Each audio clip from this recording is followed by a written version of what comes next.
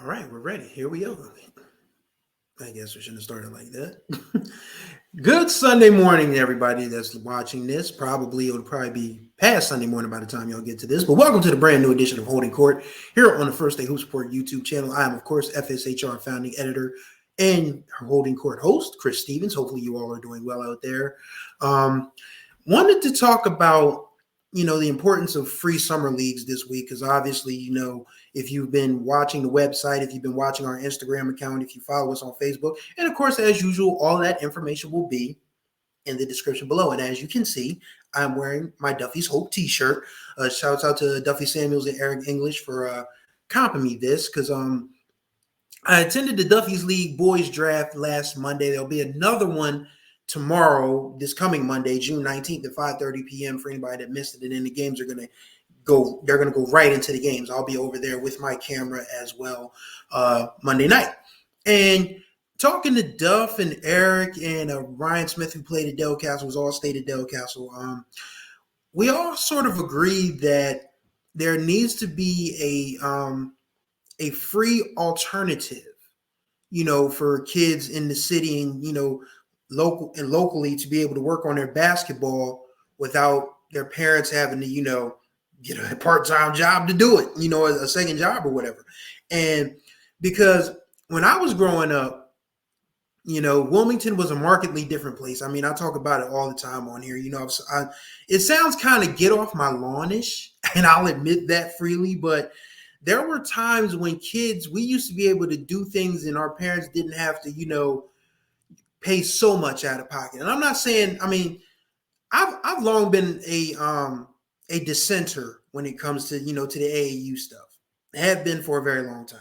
So if you're an AAU proponent, please don't take it personally, but I'm just a person that grew up in a different era. I grew up in the 80s and the 90s when we had leagues at Hicks Anderson Center. We had teams at People Summit that used to play down at Drew Powell. Then, of course, there was the Big Daddy, Storm's Classic. Shouts out to Storm and Norman Oliver, where kids from 9 to 17, would play for free and play the best competition. It wasn't like, Storm's Classic was just, thrown together. Storm will probably tell you himself it was thrown together at first, but then as it grew, it literally became the Delaware version of like the Baker League or the Rucker up in Harlem, New York. So it was like, you would see, guys that were like all-state candidates going one-on-one, playing, mano-a-mano against each other at Bancroft Elementary, like it wasn't enough. And then, of course, for those of us who were younger, we could play in the league. And then a few of those kids that I played against would go on to be, high school players. Some of them even went to college to play basketball. So, and it didn't cost anybody a dime. And while AAU is a better chance for kids to be seen by coaches, that high college coaches, that I will freely admit, it still just doesn't seem right that we are pricing out a game that for the longest time, all you needed was a ball, a hoop, and some determination. That was it. Like literally, you could walk into Hicks Anderson, you could walk into Frame, you could walk into H. Fletcher Brown, Jackson Street when it was open. God, rest in peace to Jackson Street Boys and Girls Club. You could walk into any of those boys and girls clubs within city limits and find what you were looking for in terms of basketball and other things too, because they would have, like tutoring and, programs to get kids to understand the value of, a good education, staying out of the streets, things that are absolutely missing in the year of our Lord 2023. Make no mistake about it. And I think what bothers me so much about it is that we can talk about, what's going wrong in the city currently as it stands, but there isn't so much that these kids have that can steer them right. Like we don't have, the free basketball leagues or even the free baseball leagues for those of us who actually were good at baseball. One of my great life regrets, really quickly, I didn't go out for Howard's baseball team when we had one because I could swing the bat. Like literally, I think I'm not even, granted, Hugh Bree and ego or something, but I definitely think I could have hit like 300 in high school. Absolutely. Don't know if that would have translated to college or even in minor league level, but I was a pretty good hitter coming up. You can ask anybody that knew me. But anyway, There were free leagues for different things like touch football, flag football, baseball, basketball, and these things just simply do not exist anymore. And granted, as Grandmaster Flash and Furious 5 once said, it's all about money and the damn thing funny. You got to have a con in this land of milk and honey. And that was 41 years ago, 1982. It's only gotten that much more pressing and urgent in 2023 that, people need to make money because the price of everything is up and it's going to stay up. So, you have to figure out a way to make a living. And for those who train, those who coach, this isn't me knocking anybody, trying to stop anybody's bag by any stretch of imagination, because granted, only a fool does what he is good at for free. And quite frankly, I've been a fool doing First State Hoops Report the last 4 years. But thankfully, I've had other jobs that have been able to sustain me, keep a roof over my head, keep food in my mouth, clothes on my back. So it's not that, for the love of the game, I can still do it for that. But at the same time, I do think that at some point I am going to start reaching out to people who want to advertise and, put it out there that we are looking for advertisers and sponsors for different things like, a game of the week or the player of the week and different things of that nature. Maybe even sponsor this podcast. If you want to sponsor me talking about basketball for half an hour every week, you are more than welcome to. Once again, all the information for contact will be in the description below. But yes, I think what bothers me about it is that there's just not a lot of free options anymore. And there used to be free options across the board. And parents, a lot of them, they believe in their children, their children believe in themselves, that this particular sport, be it football, basketball, or whatever, can be their way out or be the vehicle that can drive them towards, somebody paying for them to go to school so they can get an education, so they can do this, that, and the other. And I found it interesting because when talking to Duffy Samuels, he said basketball was his vehicle. He was all state of Glasgow. He was all region of Hagerstown, played at Old Dominion, played in Europe for several years. And then when he realized that the ball was going to stop bouncing at some point, he came back to Wilmington and started Duffy's Hope. And of course, it's not just basketball with Duff, it's all sorts of, mentoring opportunities for younger folks, to be mentored and be mentors and, see a side of life that, that things can be better than whatever circumstances they're going through right now. And, if you're not going to be able, if you can't make it to the Duffy's Hope Boys Basketball League, which I think you should anyway, it's going to be at Powell Wilmington every Monday. I'll be there. I'll probably be skipping around to other leagues because there's a couple other leagues that I want to talk about on this podcast. But I just wanted to, start off talking about something that was near and dear to me, and that's free stuff.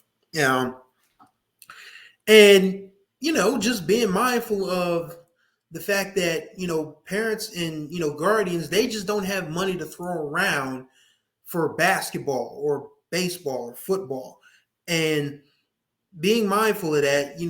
I wish a lot more people that could do it, that have the, the cachet to say, okay, I can work with these sponsors and, alleviate the cost for these parents because, these kids got to do something during the summer to stay out of trouble because there's trouble lurking around every corner in this city, unfortunately.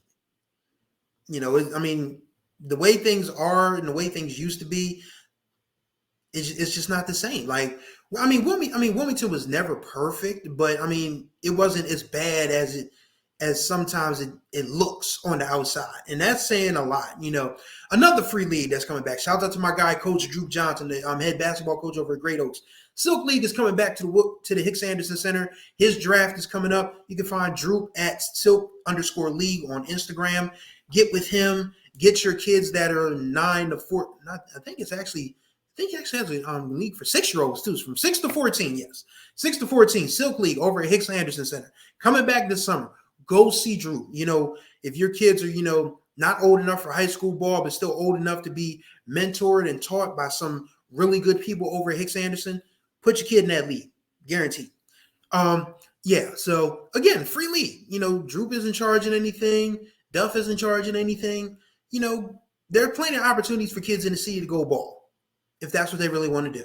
And if their parents can get them over there. So that was just something that I wanted to lead off with because it was something that was on my mind. It was something that was on my heart after talking to Duff, after talking to Eric English, after talking to Ryan Smith on Monday. It was like, yeah, it's not like it used to be because, you used to be able to go to, watch, like Lenny Brown versus Corey Curtis or LaRon Cephas, rest in peace, versus DeCourcy Jamison, all these folks, that would go on to be like all-state players or go on to play in college and different things of that nature. You could see them in Stormers Classic and not, pay a dime for it. And now, and they wouldn't have to pay a dime to play. Now it's like, okay, now this parent has to figure out, okay, what about this camp? What about this showcase? What about this trip? And I hope that at some point we get back to a point where basketball is the game that I hope all games come back to where it always was. Just something for kids to do in the summer, and the ones that are serious, they can still, compete against the best of the best without their parents,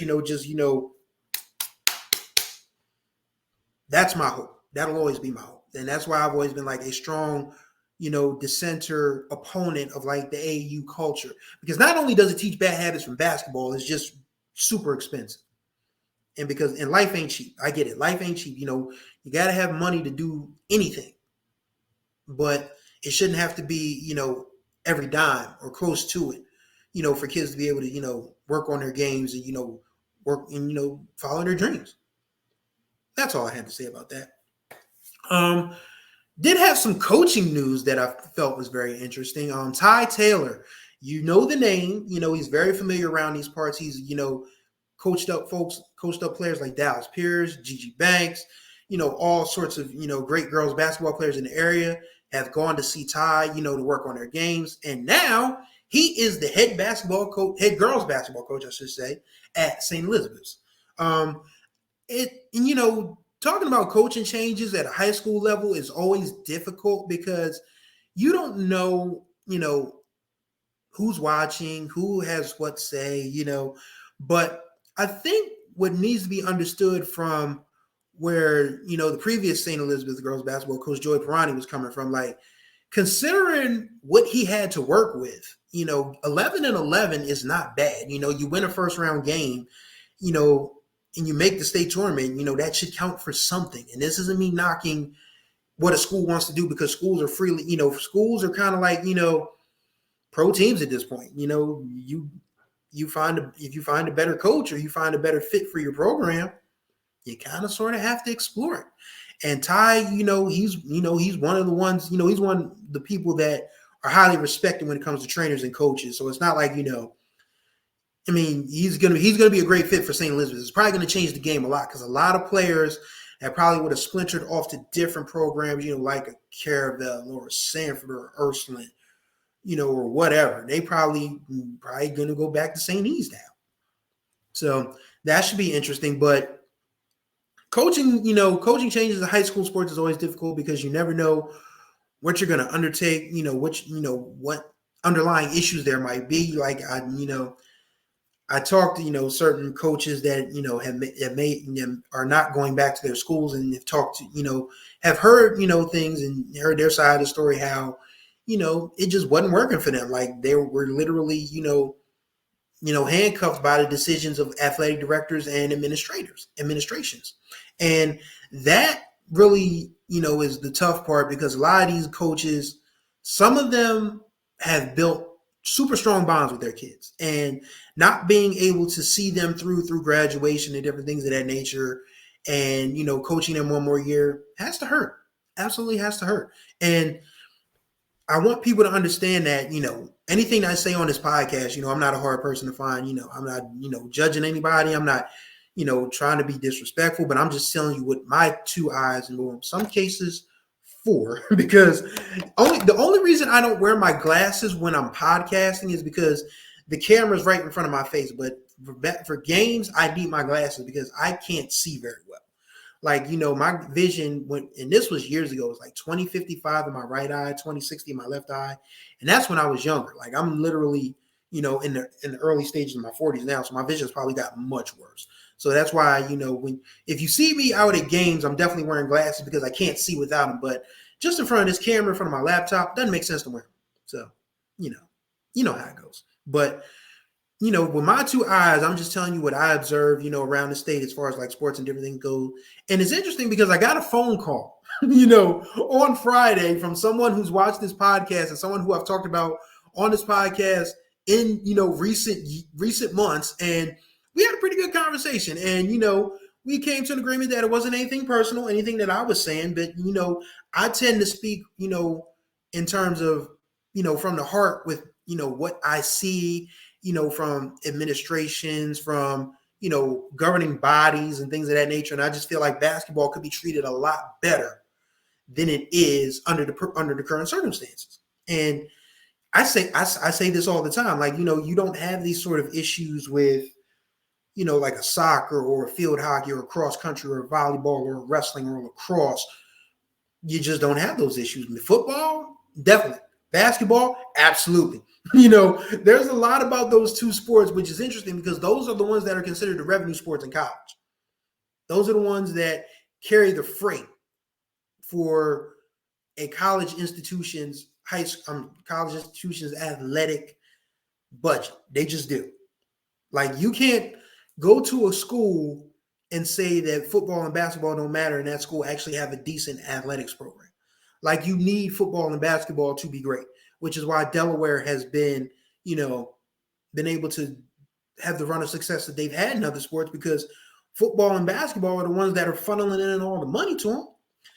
That's why my alma mater, Delaware State, love us to death, but we got some work to do.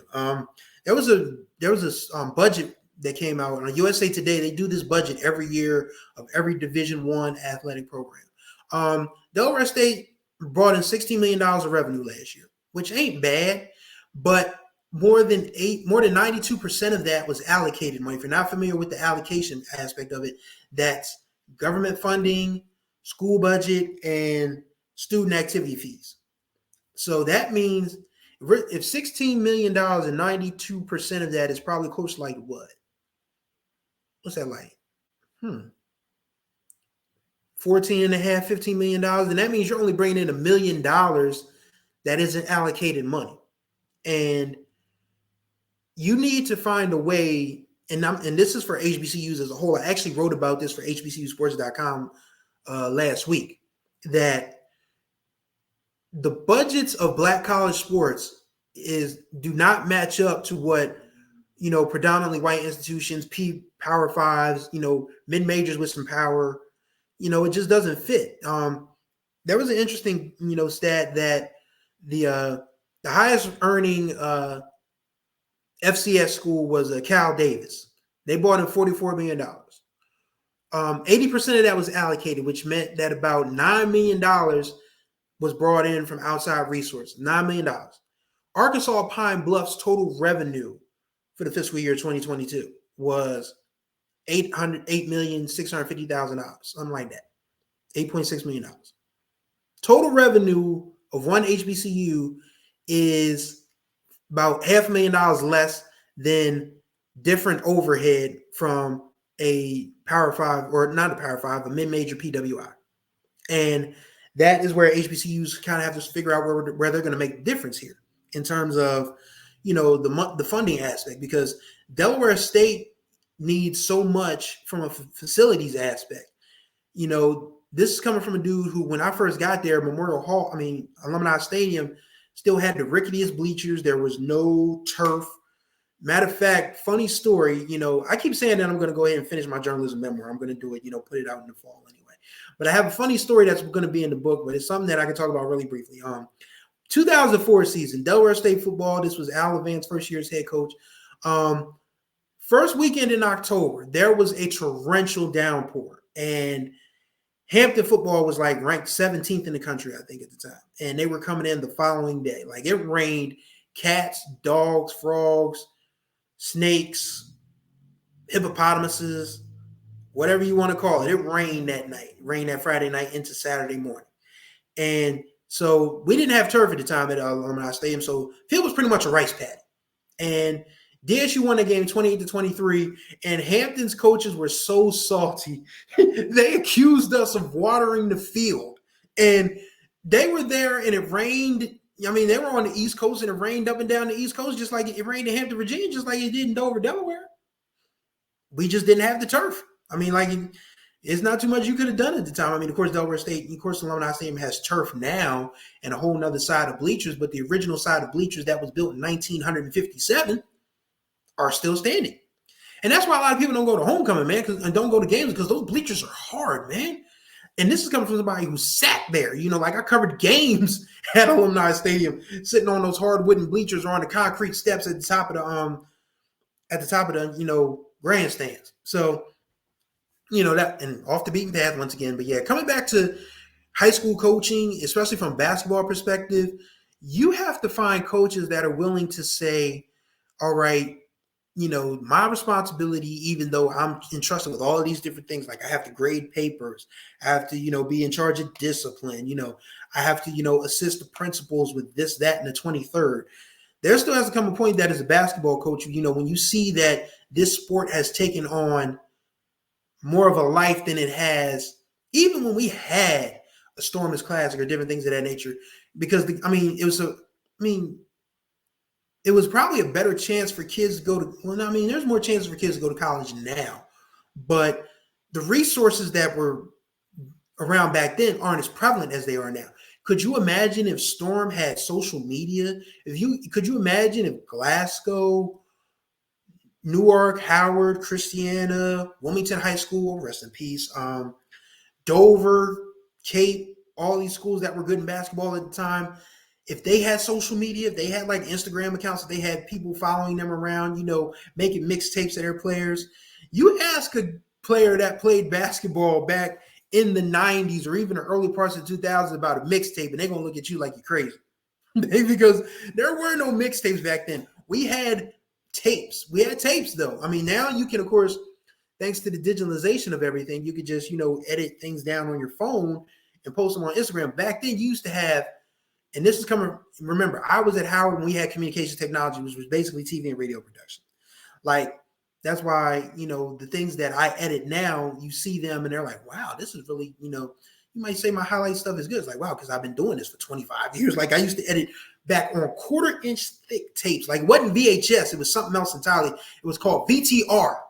That was also the name of our school news TV show, VTR.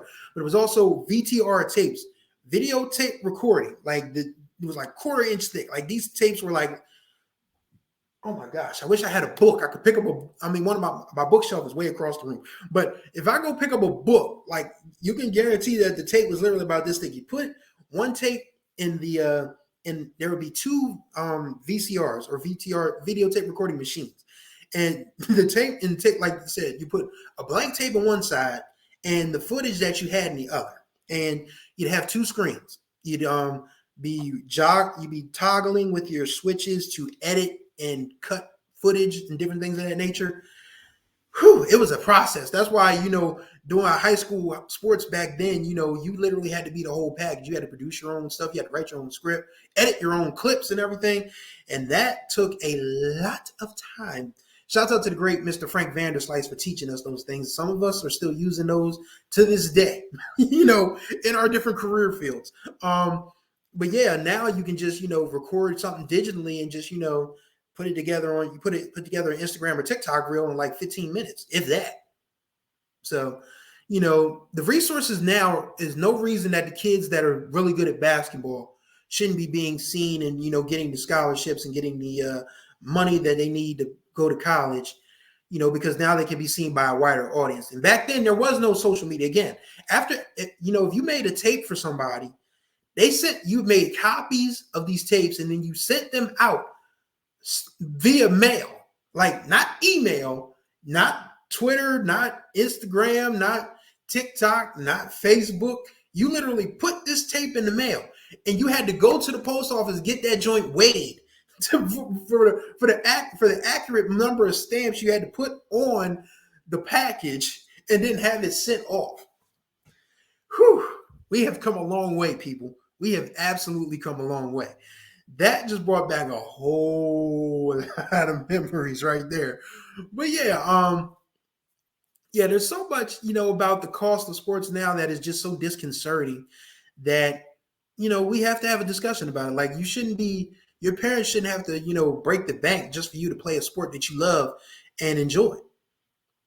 And that's why, I hope that, more things like Duffy's League, like Silk League crop up. There's also, I think, there's a summer league, it's based for the girls high school league. It's called the Summer League down at Middletown High School.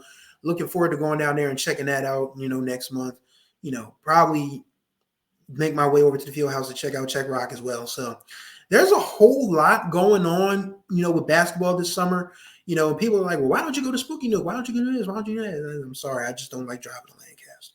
I'm not going to lie to y'all. I do not like driving to Lancaster, man. It's just not one of my preferred destinations. And, many moons ago, I knew someone that I used to see in Lancaster. And it just wasn't, that's just part of the reason why it didn't work out. Because I just didn't like driving to Lancaster.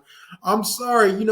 It's just, maybe one day, maybe 2024 will be the year that I actually, make it out to Spooky Nook. But, just it's that drive to Lancaster is just not my jam. Not gonna lie to y'all. But there's so much going on locally that doesn't matter. You can still see the best of the best in the Czech Rock League. You can still see some up and comers at Silk and Duff, and there'll be a fall league as well. I think the fall league is still going on at Boys and Girls Club. I'm down for you. Don't quote me on that, but there's options. But very much looking forward to really getting underway with summer ball. Like I said, I'll be shooting around in different leagues. Me and my camera, catching clips, catching pictures. You see me, come up, let's chat. I'm not a hard person to find. I'm not a hard person to talk to. You can ask anybody that has met me yet. I'm not doing this, you learn, being a people person, as an introvert is the hardest thing because I keep to myself a lot. And, being a journalist, as long as I've been a journalist, I'll never forget, I went to, Professor Dwayne Wickham's house. If you're not familiar with Dwayne Wickham, he's one of the great Black journalists of all time. He had a column at USA Today for 30 years, taught at Delaware State for a long time, founded Morgan State's global journalism program, currently the public editor of the Baltimore Banner. And I went to his house for dinner. We all did, all of us at Delaware State that studied under him. We went to his house one time, and his wife at the time was like, "You're really quiet, talking to me," because I was at the table chilling, just listening to Professor Wickham tell all these great stories about his career, which was 50 years in the making. And she's like, "How are you going to be a journalist if you don't say anything?" I'm like, I think I can do it. I was just like, bro, 21, 22 years old, you just like, hey man, just trying. I'm here. I'm along for the ride. I'm just vibing. And now I've learned that, being, socially adequate really goes a long way with this job. And, just being able to talk to people, being able to discuss things in a civilized manner, even though, the intensity is still there for me because, I'm still irritated about certain things that have happened in the past. But now, you just have to kind of sort of, tuck that in a little bit and say, okay, this is for the kids, this is for the betterment of basketball in Delaware. And you can still be cordial. Most of the time, most of the conversations I have with people are really cool. So, anybody that's talked to me, they know they know I'm good to go. You approach me with respect. I approach you with respect. We're going to have a good conversation. That's really how it goes. And that goes back to what I was saying about the phone call that I got on Friday, and that maybe I'll be at liberty to discuss a little further. But for the meantime, I don't mean to be cryptic about it, but, just being cordial, just being professional, just being, because this person said, a lot of off the record stuff. And as a journalist, you know what that means. When somebody says off the record, can't use it. When they say on the record, full speed ahead. But when it's off the record, it's off the record. And this official edition of Holding Court is now off the record. Greatly thank y'all for stopping by. Greatly appreciate y'all watching this episode as you always do. Once again, all of our contact information, website, Instagram, Twitter, Facebook, email, all be in the description below. Thank y'all for watching. Enjoy your week. Enjoy your summer because basketball is officially in the summer stages now. The schools are out. We'll be around in different leagues, taking pictures and shooting videos. So you see me, say what's up. And until next time, y'all take care of yourselves and each other.